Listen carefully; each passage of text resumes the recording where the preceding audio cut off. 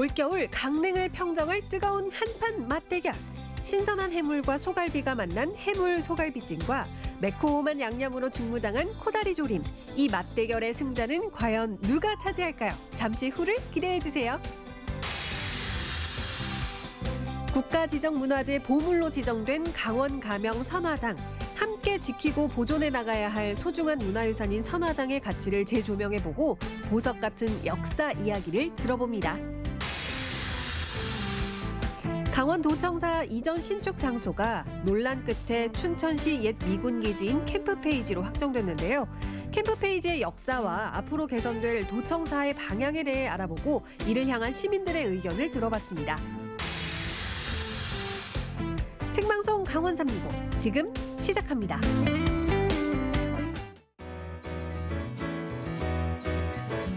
안녕하세요. 1월 12일 수요일 생방송 강원 365 김용석입니다. 안녕하세요. 박명수입니다. 기후변화가 만든 신조어 중 3한3이라는 말이 있죠. 3한 4온. 네. 3일은 춥고 4일은 미세먼지가 기승을 부린다. 이런 말이죠? 네. 3한3이 미세먼지가 기승을 부린다는 저 3한 4미. 네, 그렇습니다. 사실 날씨가 춥거나 미세먼지가 기승을 부리거나 이게 우리나라를 대표하는 겨울 날씨를 대표할 수 있는 말이 아닐까 싶은데요. 그렇기 때문에 이런 겨울 날씨에 유독 혹사를 당하는 우리 몸의 부위가 있는데 바로 눈입니다. 눈이요? 네. 밖에 나가면요 일단 춥잖아요. 그리고 건조하고 차가운 바람이 계속해서 불고 있고 또 미세먼지가 기승을 부리고 있습니다. 또 실내로 들어가면요 계속 가동되고 있는 이 온열기구 때문에 말씀하신 것처럼 정말 이 겨울철에는 눈이 하루도 편한 그 순간이 없다고 느껴집니다. 네. 실제로 건강보험심사평가원에 따르면요 우리나라 인구 안구 건조증 환자 수가 10년 동안 약 100만 명이 증가했다는 수치까지 나오고 있습니다. 어마어마할 만큼 심각합니다. 사실 요즘 스마트폰이나 전자기기의 사용으로 인해서 안구건조증 환자가 늘어나고 있는데요. 예방을 위해서는 일상 속 관리가 무엇보다 중요합니다. 자, 우선 실내 온도, 습도를 적절하게 유지해 주고요. 하루에 8잔에서 많게는 10잔까지 물을 마시는 게 좋다고 합니다. 그리고 좀 더 심한 경우에는요. 인공 눈물의 도움을 받는 것도 좋다고 하니까 이 점들 꼭 기억하셔서 겨울철 눈 건강 철저하게 지켜나가시기 바라겠습니다.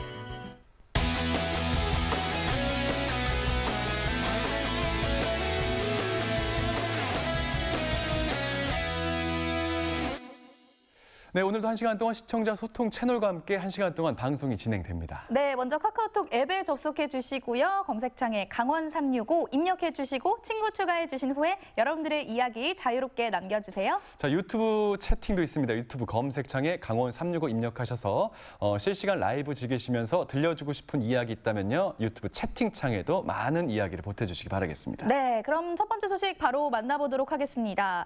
앞서서 저희가 겨울 날씨에 대해서 말씀을 드렸는데 아무래도 이렇게 날씨가 추워지면 든든한 음식을 먹어야 건강하게 겨울을 날 수 있지 않을까라는 생각이 들거든요. 그렇죠. 든든한 음식이요. 음식들. 네. 이게 바로 이제 한국인은 밥심이 중요하다 이런 말도 있잖아요. 그렇죠, 그렇죠. 예. 그렇기 때문에 오늘 여러분들께 강릉의 겨울철 맛을 소개해드리려고 하거든요. 화면으로 함께 만나보시죠. 딱 요즘 같은 날씨 든든하게 먹어줘야 겨울을 날 수가 있다. 그래서 오늘은 몸은 물론 마음까지 따뜻하게 위로해줄 겨울철 강릉의 맛을 찾아 떠나보겠습니다. 가자! 몸도 마음도 으슬으슬 추워지는 이 시기. 이 둘을 동시에 따뜻하게 녹이려면 든든한 음식만 한 게 또 없는데요. 오늘은 겨울철 강릉의 입맛을 책임질 음식들을 소개합니다. 네, 안녕하세요. 사장님 오늘 여기 맛집이라고 들었는데 오늘 어떤 메뉴를 먹을 수 있을까요? 저희는 해물찜, 해물소갈비찜, 아귀찜이 있는데요. 저희 집의 가장 대표 메뉴는 해물소갈비찜입니다. 알겠습니다. 그럼 잘 준비해 주십시오. 맛있게 해드리겠습니다. 네, 고맙습니다. 일단 정성스러운 음식은 준비 과정부터 만만치 않은 법. 하루 전부터 12시간 이상 핏물을 빼고 솥에서 한 번 쪄준 후 압력밥솥에 또 한 번 쪄줘야 갈비 손질이 끝납니다. 오래 삶으면 질겨지는 해산물들은 다른 솥에서 따로 익혀주고 알맞게 익은 모든 재료를 특제 소스와 함께 버무려주면 비주얼부터 탐나는 해물 소갈비찜 완성이요. 여기에 정갈한 밑반찬까지 곁들여내니 생일상 버금가는 음식 한 상이 뚝딱 차려졌습니다. 자, 그럼 단도직입적으로 여쭙겠습니다. 이 집 맛의 비법은 뭡니까? 신선함과 정성 같습니다. 매일 직접 저희가 다 손질을 하고 있고 항상 정말 저희 식구들이 먹는다 생각하고 음식을 준비하기 때문에 그런 것 때문에 더 맛있지 않을까 생각합니다. 지금 언뜻 보기에도 해물 종류가 상당해 보이는데 네. 해물은 어떻게 공수하시는지 좀 궁금하거든요. 저희가 처음에 장사를 수산업을 할 때 너무 몰라서 저희가 많이 당했어요. 이 업체들한테. 그래서 저희 신랑이 직접 저희가 이 수산 유통을 하고 있습니다. 아, 직접? 네.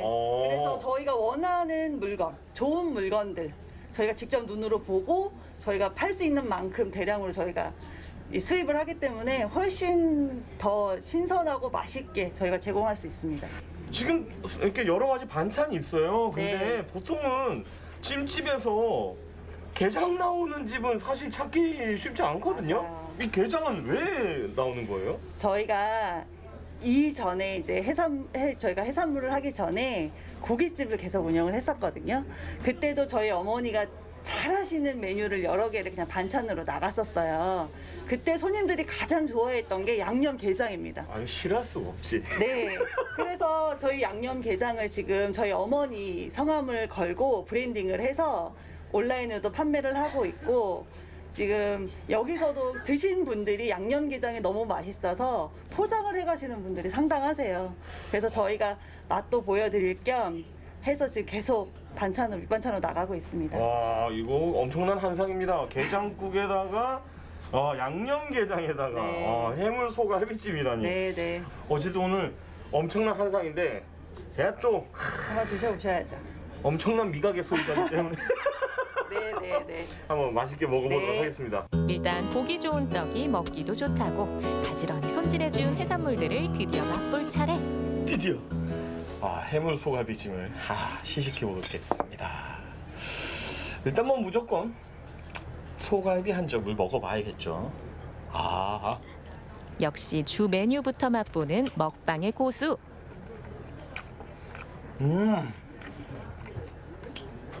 정말 부드러워요. 와, 전혀 질긴 거 없고 진짜 부드럽네요.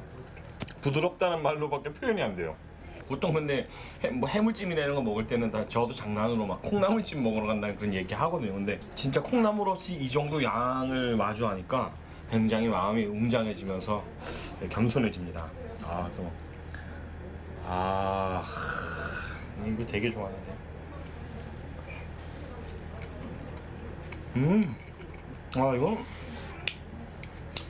밥에만 먹기 너무 아쉬운 맛입니다. 그 마음은 알지만 들어줄 수가 없네요.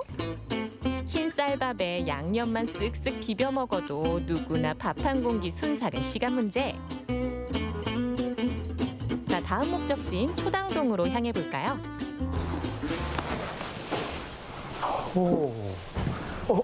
안녕하세요. 예. 네, 코다리 조림 먹으러 왔는데 잘 찾은 거 맞죠? 잘 왔어요. 그쪽으로 가세요. 네, 알겠습니다. 두 번째 주인공인 코다리는 저지방 식품으로 다이어트에도 그만이죠. 밑간을 살짝 한 코다리와 무는 미리 삶아두는데요. 코다리보다 무를 먼저 삶아주면 다양한 맛이 배어들면서 더 깊은 맛을 음미할 수 있다네요. 코다리를 삶은 육수에 직접 만든 양념을 넣고 고추와 물엿을 넣어준 후 갖은 양념을 붓고 미리 손질해둔 코다리를 아낌없이 넣어줍니다. 여기에 미리 삶은 무를 얹어주고 양파와 대파를 넣어준 뒤 타지 않게 졸여주면서 가리비와 전복까지 얹어주면 코다리찜 완성입니다. 이 집 또한 남다른 스케일의 밑반찬이 가세하더니 입맛 당기는 한상이 순식간에 차려졌는데요. 코다리 조림하는 집 중에서 반찬 가짓수가 제일 많은 것 같은데요. 이렇게 많이 나간 이유가 있을까? 보통 찜이나 조림집에서 이렇게 많이 안 나오거든요.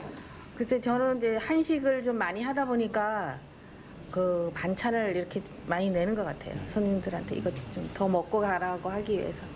되게 많은 그래도 식당이 있잖아요. 혹시 식당 경력이 좀 됐어요. 제가 30살부터 했으니까 한 20년 넘게 했어요. 사장님, 저 궁금한 게 있습니다. 일단 왜 많고 많은 해물, 많고 많은 생선들이 있는데 왜 하필 코다리일까요? 우리가 어렸을 때는 이게 명태라 그러죠. 그쵸. 지금 이게 말려서 코다리라고 하는데 그 전에 우리 어렸을 때는 이게 많이 났었어요. 많이 먹고 자란 추억이 있어서 하게 됐어요. 사장님이 생각하는 코다리 비법? 우리 가게만의 비법이 있을까요? 저는 이거를 신선도 그냥 거의 매일 아침에 나가서 준비해서 가져와서 그렇게 해요. 이거를 가져와서. 네. 코다리를 맛있게 먹는 방법이 뭐가 있을까요? 우리는 여기에서는 우선 김에다가 저거 양념, 양념. 예, 코다리 살 넣고 저거 콩나물 넣고 그 다음에 여기 고추, 오, 고추. 예, 그거 같이 넣어서 먹으면 맛있어요. 고추 조림. 장아찌 같은 거네요? 예. 지금부터 본격적으로 코다리 조림을 먹어보겠습니다. 이게 진짜 되게 예전 냄새가 많이 나요. 되게 신기한데 이거. 양념을 듬뿍 먹으라 그랬으니까. 우리도 그 맛이 알고 싶다. 확실히 그 명태는 뭐 보통 우리가 동태탕이나 생태탕은 요즘 먹기 어렵지만 살이 되게 부스러지는 그런 느낌이 있거든요. 근데 확실히 이제 방건조다 보니까 좀 더 쫄깃하고 탱탱한 느낌들이 있어요. 예. 그 코다리가 갖고 있는 매력이죠, 그게. 좋은데? 네, 가리비입니다, 가리비. 야, 코다리 조림에 가리비가 웬 말이야? 마치 오늘이 생일인 양 호사를 누리는 엘리펀디.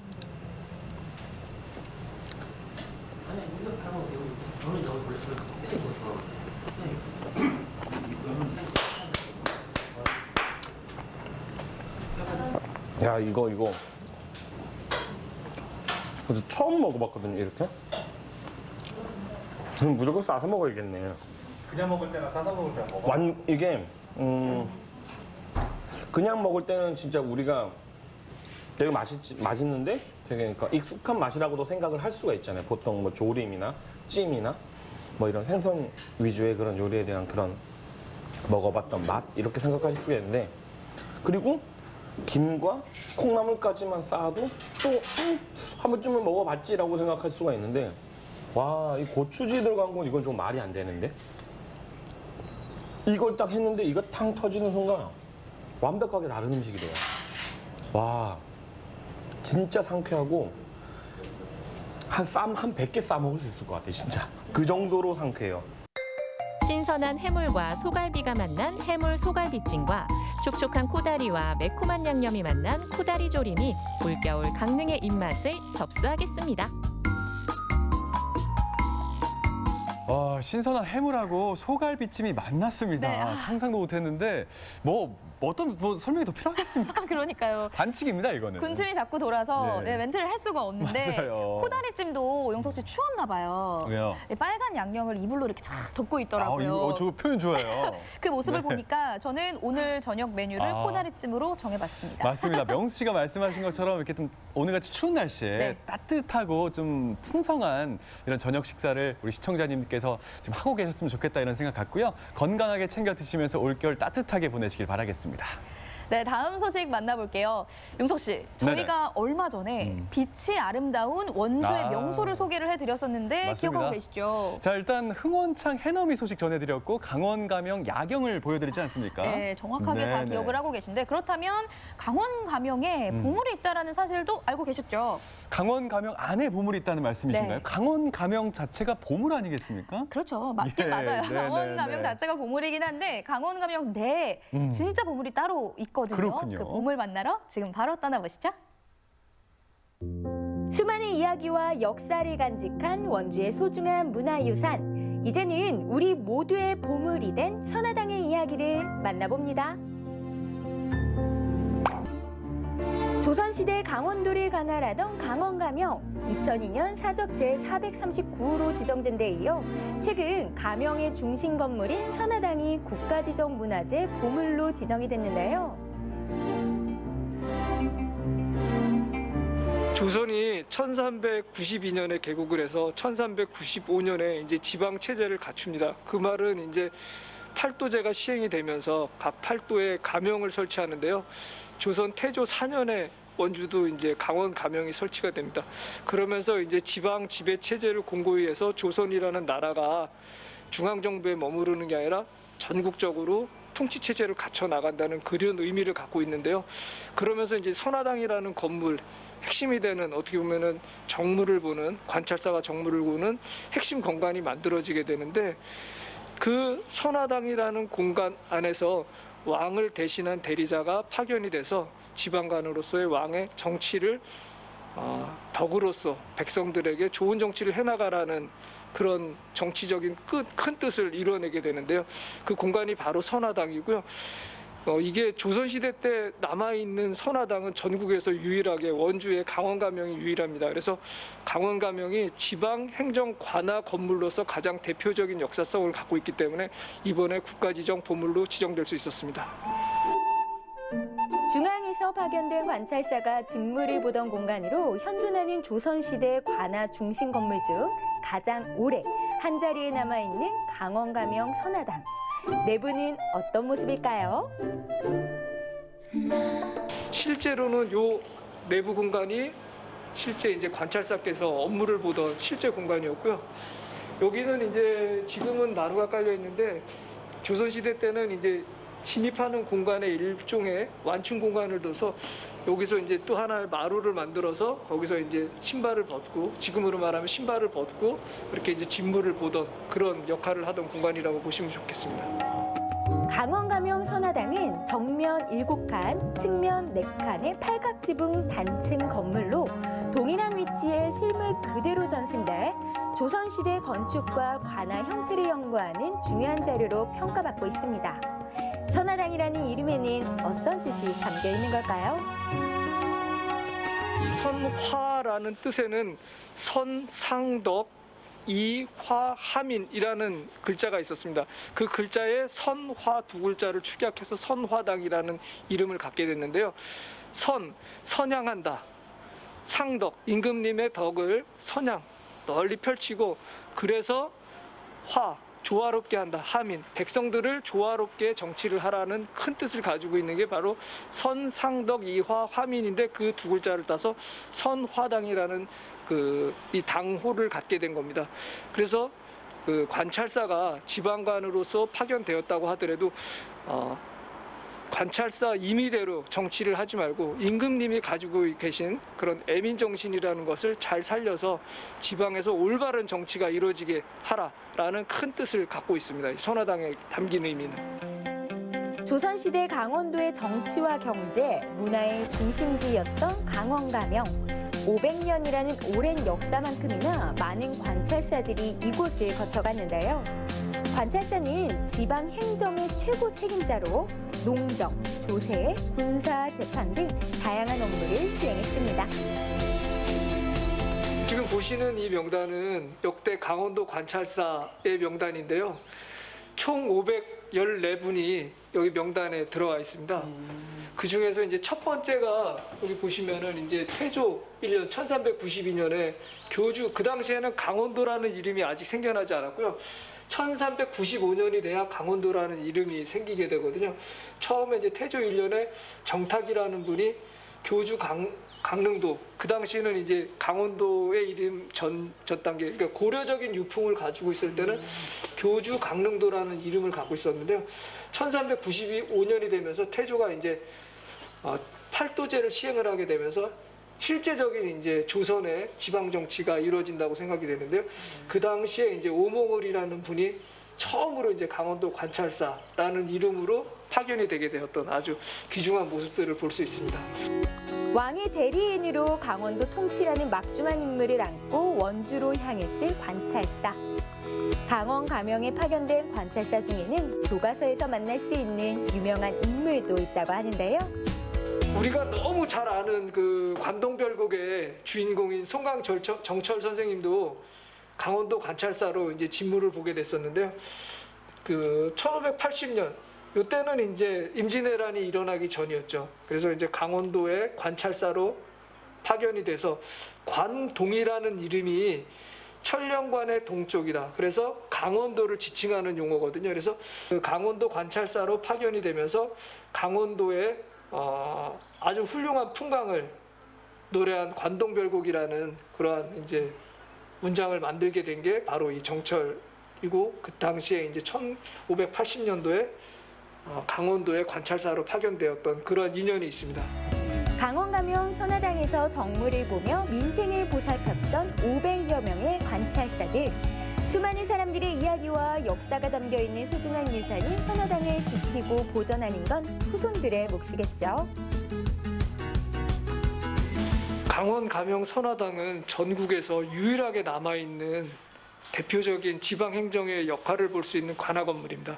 전국 어디에서도 볼 수 없고요. 오직 강원도 원주에서만 볼 수 있다는 아주 큰 특징을 갖고 있습니다. 전국 어디에 내놔도 손색 없는 가장 큰 보물이라고 할 수 있겠고요. 원주 시민들께서 앞으로도 많이 사랑해 주시고 더욱 큰 애정을 주시면 우리 선화당이 더 큰 보물로 더 나아갈 수 있는 큰 계기가 되지 않을까 생각합니다. 국가 지정문화재 보물이 된 강원가명 선화당. 오랜 세월만큼 시련도 많았지만 수백 년이 지난 지금도 그 자리를 지키고 있는데요.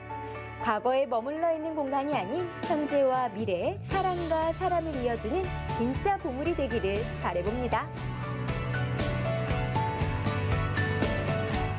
강원 가명 선화당에 대한 말씀을 드렸습니다. 국가 지정문화재 보물 지정. 정말 박수 한번 치고 싶습니다. 축하합니다. 네, 축하합니다. 네. 또 강원 가명 하면은 많이 가보셔서 잘 알고 많이 계시잖아요. 갔죠. 네. 예.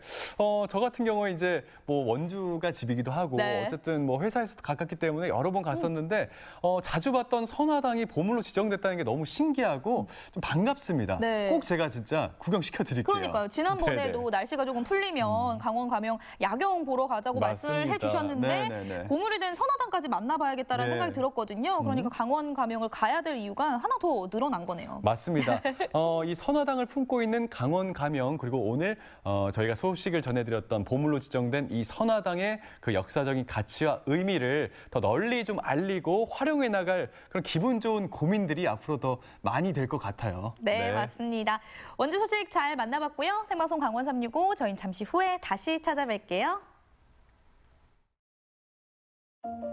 지방, 지역, 여러분은 그 차이를 알고 계신가요?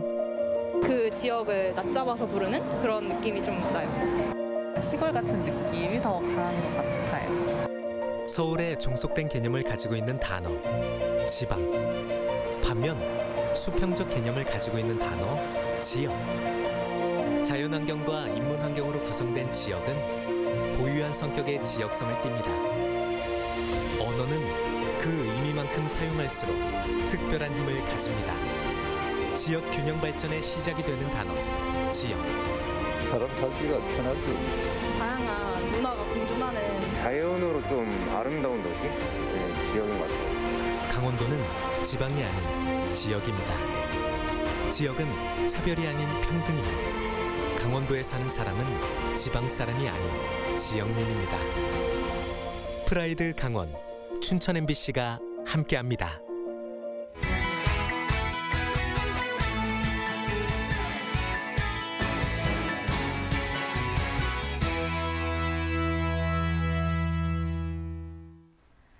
네, 생방송 강원 365와 함께하고 계신 지금 시각은 6시 25분 지나고 있습니다. 네, 저희는 계속해서 시청자 소통 채널을 통해서 우리 시청자분들의 사연을 받고 있습니다.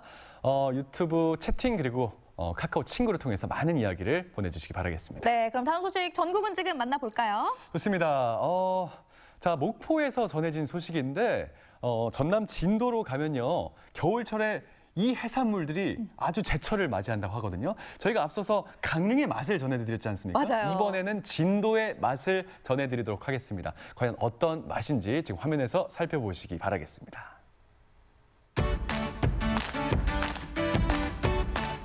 눈보라치는 진도 바다.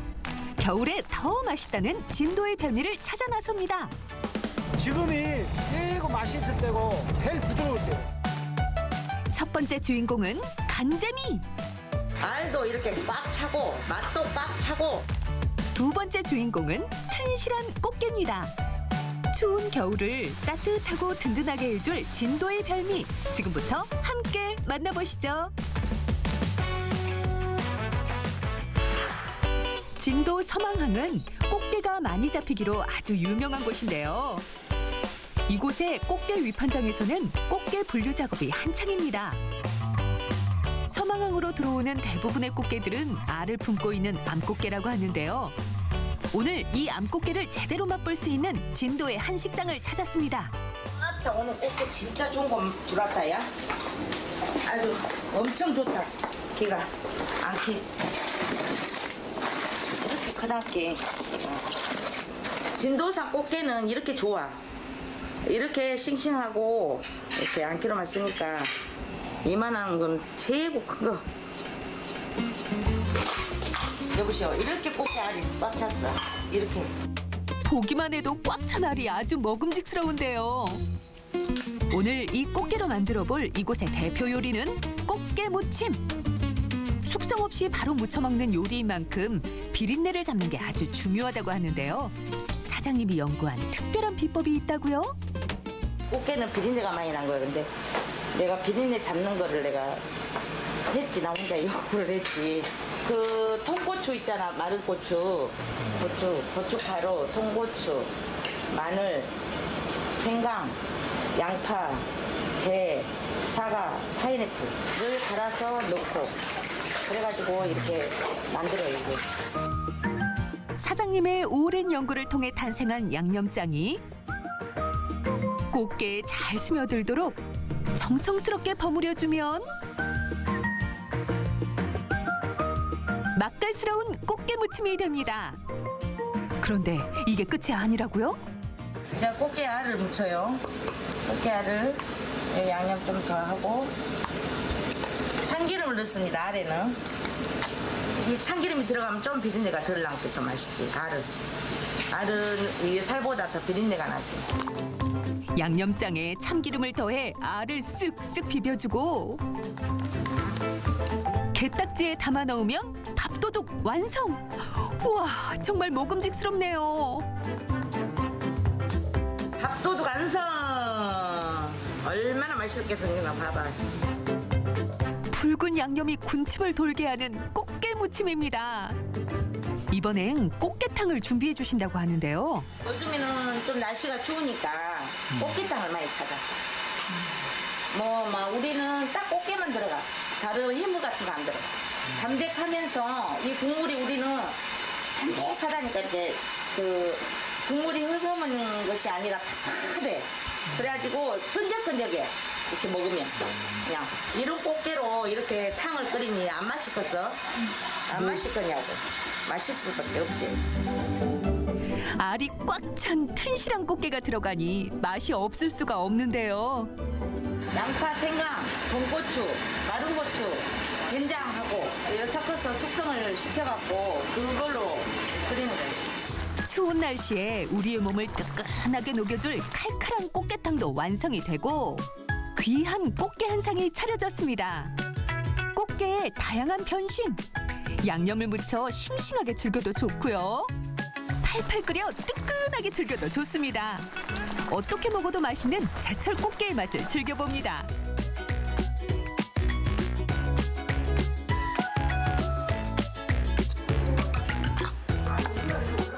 비벼가지고 김, 진도에서 나는 김에다가 이렇게 사서 먹으면 밥도둑이라니까.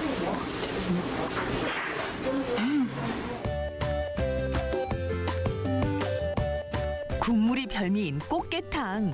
식기 전에 잘 익은 꽃게를 건져 올리는데요. 뜨끈한 국물에 푹 익은 꽃게살. 든든한 한 끼로 제격입니다. 고기잡이가 한창인 진도 바다를 찾았습니다. 칠흑 같은 새벽부터 배에 올라 미끼를 준비하는데요. 오늘 낚아올릴 주인공은 바로 간잼입니다.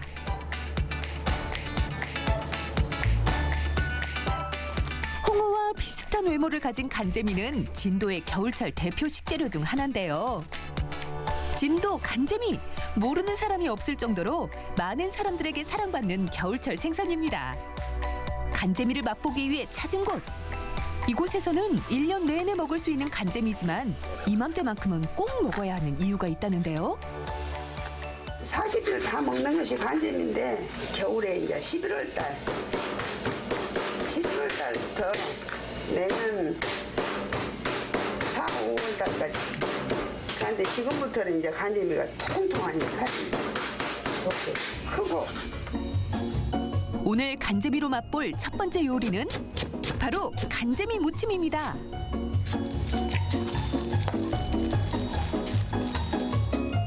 배와 무, 미나리를 썰어 넣고 고춧가루와 각종 양념과 함께 잘 섞어줍니다.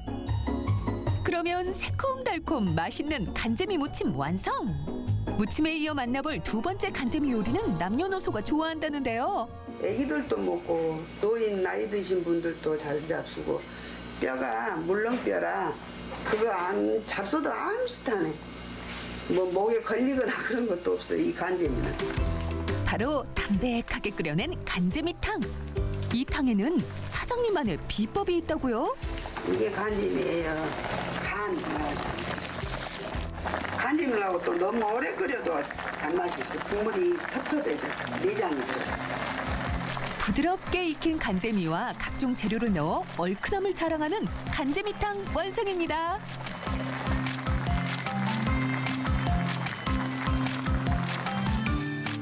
간잼이 한 상도 맛을 봐야겠죠?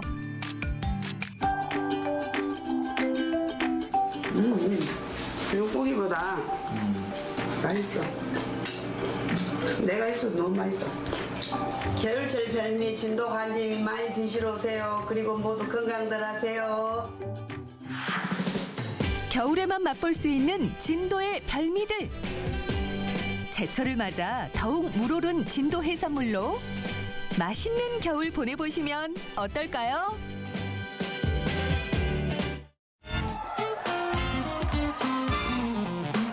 문화관광 해설사로서 현장 해설을 마음 놓고 하지 못했다는 게 훨씬 이제 좀 아쉬운 면이고요. 이런 아쉬움을 다 털어버리고 원주를 찾아오시는 모든 관광객분들에게 즐거움을 주는 한 해가 되도록 했으면 좋겠습니다. 강원 365 화이팅! 네, 언제나 강원도민과 365일 함께하는 생방송 강원 365입니다. 네, 이번 소식은 춘천에서 새로운 네. 도약을 준비하고 있다라는 소식인데요. 용석 씨 어떤 소식이죠? 자, 강원도청사가요. 기존의 미군 부대가 자리했던 캠프 페이지 부지로 신축 이전한다는 내용인데 이게 아마 강원도에서 또 가장 핫한 이슈 중에 하나가 아닐까 싶습니다. 네, 예. 그렇다면 이 강원도청은 지금까지 어떤 역사를 가지고 있는지 또 앞으로는 어떤 변화의 모습을 보일지 강원도청의 과거와 현재 그리고 미래의 모습을 영상으로 담아봤습니다. 2022년 이민년 새해가 밝자마자 강원도에서 날아온 따끈따끈한 소식이 있습니다. 약 126년이라는 시간 동안 굳건히 한 자리를 지켜오던 강원도청이 새로운 보금자리로 신축 이전한다고 하는데요. 봉이선 자락에 위치한 강원도청의 오랜 역사만큼이나 100년 넘게 이어져 온 도청 이전에 대한 이야기들. 새롭게 강원도청이 자리할 옛 캠프 페이지에 대한 추억과 함께 강원도청의 어제, 오늘, 그리고 앞으로의 내일에 대해 지금 만나봅니다.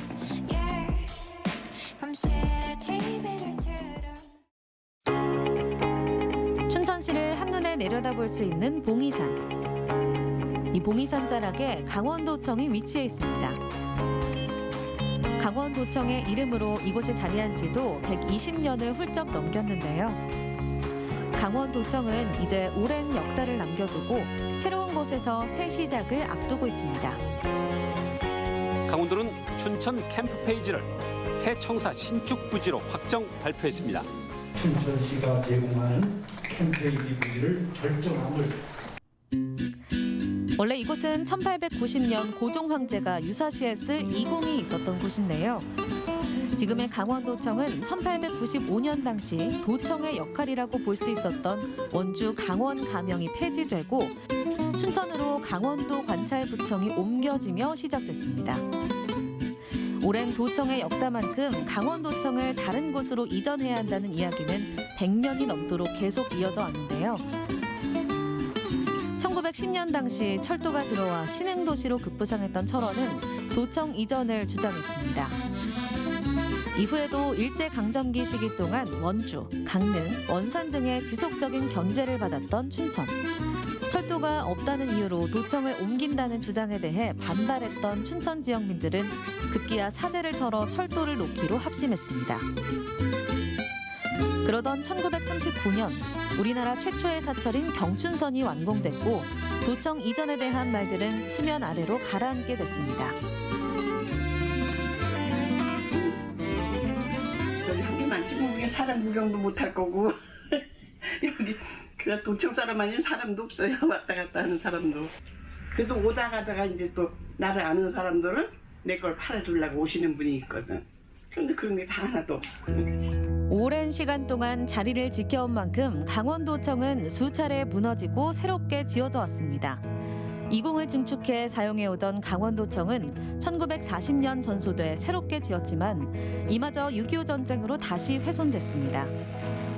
순환을 반복해 겪어온 강원도청은 1957년 현재의 모습을 갖추게 됐습니다.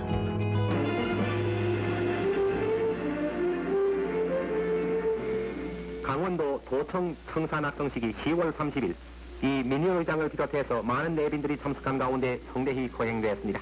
총 건평 1,600여 평에 총 공사비 3억 3천여만 원으로 시공한 지 2년 만에 그 낙성을 보게 된 것입니다.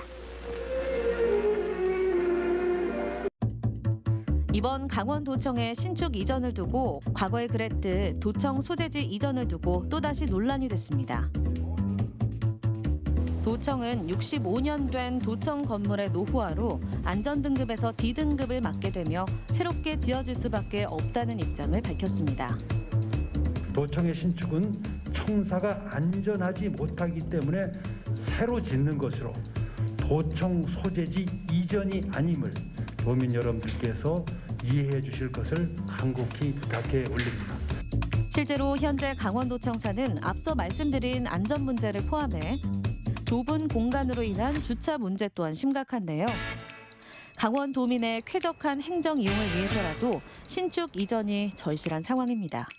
여기는 제가 지금 가서 보고 이렇게 민원 때문에 왔다 가지만 진짜 너무 많이 노후돼서 하기는 해야 돼요, 진짜로. 네. 그래서 좀 빨리 해줬으면 좋겠어요. 예. 장애를 가진 사람들이라는 이런 사람들이 오기에는 좀 불편하고 그래서 그곳은 이제 시내버스 편이라든가 이런 그 차량 이용이라든가 그런 부분도 용이하고 또 전철역이 가까이 있기 때문에 그 강원도민들이 접근하기에도 아주 안성맞춤인 그런 곳이라고 생각합니다. 그렇다면 새롭게 지어질 강원도청사는 과연 어디에 지어지는 걸까요? 새로운 청사가 들어설 곳은 현 강원도청에서 2km 떨어진 곳으로 과거 캠프페이지라고 불리던 곳입니다. 주한미군이 2005년까지 주둔했던 부지로 춘천역 바로 앞에 위치해 있어 2017년 춘천에서 속초 동서고속철도를 개통하게 될 시 뛰어난 접근성을 자랑하게 됩니다.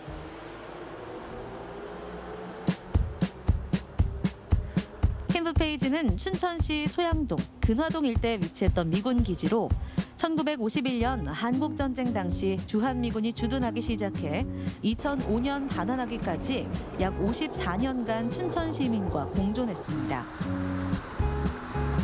무엇보다 캠프페이지 하면 1983년 피랍된 중국 민항기가 불시착했던 사건이 전국적으로 가장 유명한데요.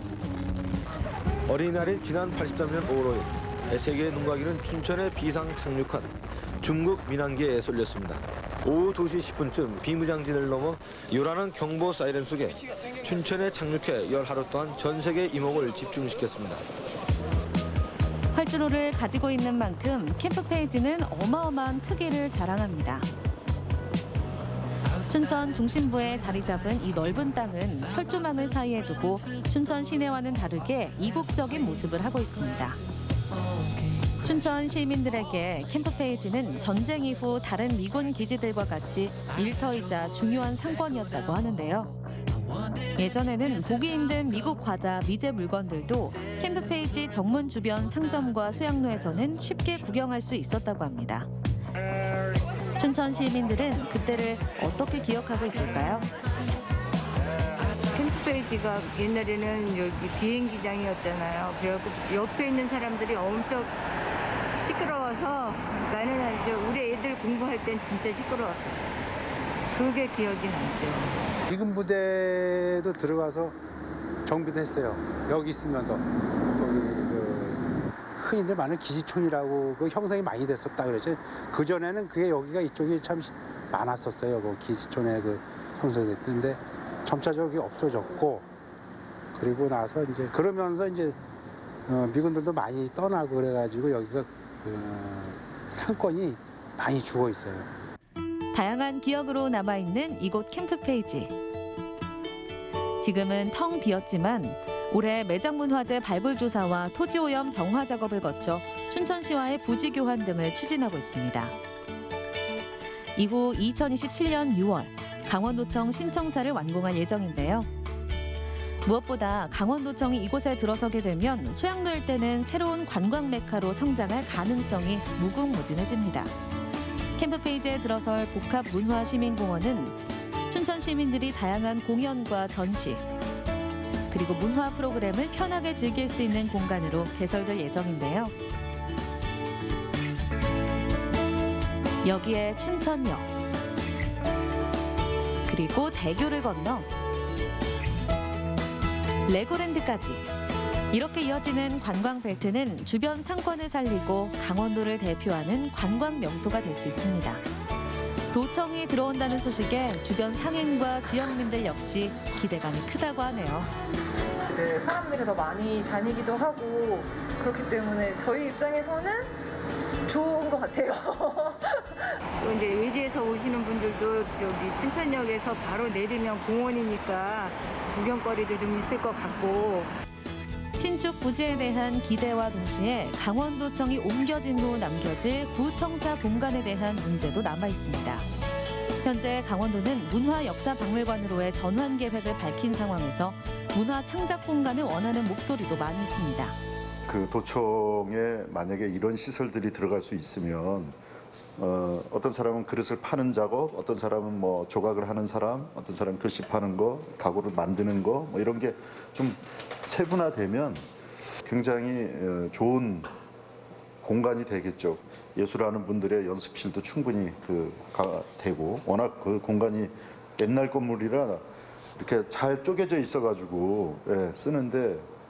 앞으로의 강원도를 이끌어갈 이번 강원도청 신축 이전. 미래에 커가는 아이들을 위해서 그쪽에서 힘을 더 많이 쏟아줬으면 좋겠어요. 지난 100년의 아픔과 안 좋았던 기억은 뒤로하고 시민과 함께하는 강원도청. 시대에 발맞춰 강원도의 다양한 문화와 관광 발전을 돕는 도청사가 돼 강원도의 희망찬 미래를 위해 나아가길 간절히 소망합니다. 네, 캠프페이지 부지로 이전될 강원도청은요, 2027년 6월 완공을 목표로 하고 있는데요. 네네. 앞으로 해나가야 할 과제들도 있어 보이죠. 맞습니다. 지금 이제 이전을 하고 남게 될 그런 부지를 어떻게 또 활용해 나가야 될지 구체적인 활용 계획도 좀 수립이 돼야 될 것 같고요. 이전하게 된 새로운 부지에서 발생할 수 있는 크고 작은 문제나 민원 같은 것도 슬기롭게 잘 극복해 나가기를 진심으로 응원하겠습니다. 아무쪼록 새로운 모습으로 도민들에게 다가갈 그 도청의 모습이 정말 좀 좋게 나오기를 네. 진심으로 응원하도록 하겠습니다. 네, 이렇게 해서 오늘의 마지막 소식까지 모두 전해드렸습니다. 네네. 시청자 소통 채널로 들어온 시청자분들의 메시지 만나볼까요? 자, 첫 번째 사연은요, 땡초님이 주셨습니다. 네. 소갈비에 해물 듬뿍 최고입니다. 둘 다 먹고 싶다. 기다려라 간다 만난 거 먹으러 보고 하셨습니다. 네, 맛있는 게 정말 다 들어있어요. 육회공 이렇게 해가지고. 그래, 육회공. 예, 이렇게 해가지고 먹으면 참 맛있겠네요. 진짜 육회공이 다 들어있네요. 네네네. 이게 침이 고여서 음식 이야기를 하기가 참 힘드네요, 이 시간대. 그래요. 네, 메시지 보내주셔서 감사드리고요. 윤재돈님께서 보내주셨습니다. 또 음식 이야기가 나오네요. 그러게요. 해물 소갈비찜 저도 처음 들어보네요. 아쉽게도 해물 소갈비찜 코나리 조림은 먹어보지 못했습니다. 그리고 늦었지만 강원 365 3사 리포터 제작진분들 모두 새해 복 많이 받으세요 라고 인사까지 남겨주셨네요. 고맙습니다. 윤재돈님께도 께서도 새해 복 많이 받으시길 바라겠습니다. 고맙습니다. 네. 승예지맘님께서 보내주셨습니다. 네. 어제 처음 시청했는데요. 너무 유익했습니다. 어제 시청하시고 오늘 또 시청을 해주신 거예요. 그러니까요. 감사드립니다. 응원의 메시지를 이렇게 주시네요. 예, 계속해서 응원의 메시지 많이 보내주시길 부탁드릴게요.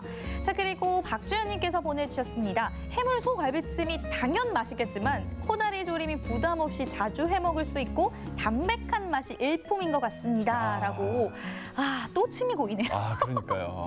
끝나질 않습니다. 그런데 여러분들도요, 겨울철에는 이런 음식들을 계속 드셔야지 네네. 든든하게, 건강하게 나실 수 있으니까요. 저희가 계속 말씀드려도 네. 여러분들 계속 많이 드셔야 됩니다. 명수 씨가 퇴근하면은 그냥 정말 빠른 속도로 나가지 않습니까? 오늘 제가 배고프시니까 더 빨리 가실 것 같네요. 몹시 배가 고프네요. 그러니까요. 발도 안 보일 것 같은데요. 감사드립니다. 네. 자, 사연이 계속 이어집니다. 박주연님, 강원 가명 선화당이요. 원주에 세워진 걸 보니까 그때 당시는 원주가 정치, 경제 중심지였던 것 같습니다. 유일하게 남아있는 가명이라고 하니까 더 소중하고 자랑스럽네요 하셨습니다. 네, 용석 씨는 실제로도 자주 가보셨기 때문에 저한테도 매일 한번 데려가 줄게 이렇게 말씀을 하시잖아요. 그렇죠. 그리고 지금 사실 그 안에 간 모형이 있거든요. 네네. 좀 상상이 가요. 네. 얼마나 이게 컸을까.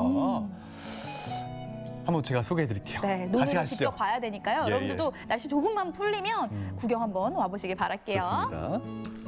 자, 김정숙님께서 사연을 주셨습니다. 생방송 강원 365 좋은 정보 감사합니다 하셨어요. 저희가 더 감사드립니다. 네. 이렇게 해서 시청자 여러분들의 메시지까지 모두 만나봤습니다. 생방송 강원 365 1시간 동안 함께해 주셨는데요. 요즘 연일 강추위가 지속되고 있습니다. 맞습니다. 이 추위는요, 내일 잠시 주춤했다가 금요일 다시 맹추위가 떨칠 거라고 하는데요. 네네. 전국 최저 기온이 영하 17도까지 떨어진다고 하니까요. 한파 대비 꼼꼼히 하셔야겠습니다.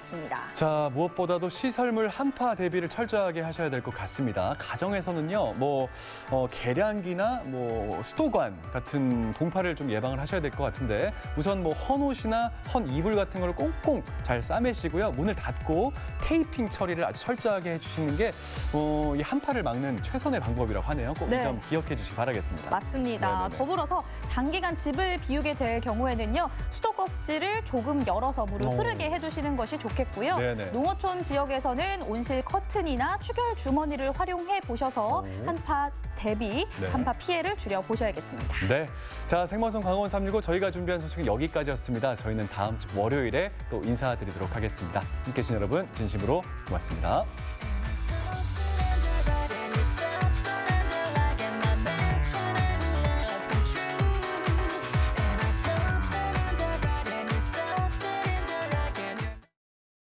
이 프로그램에 참여해 주신 분들께는 주식회사 한일전기에서 가정용 전자제품을 드립니다.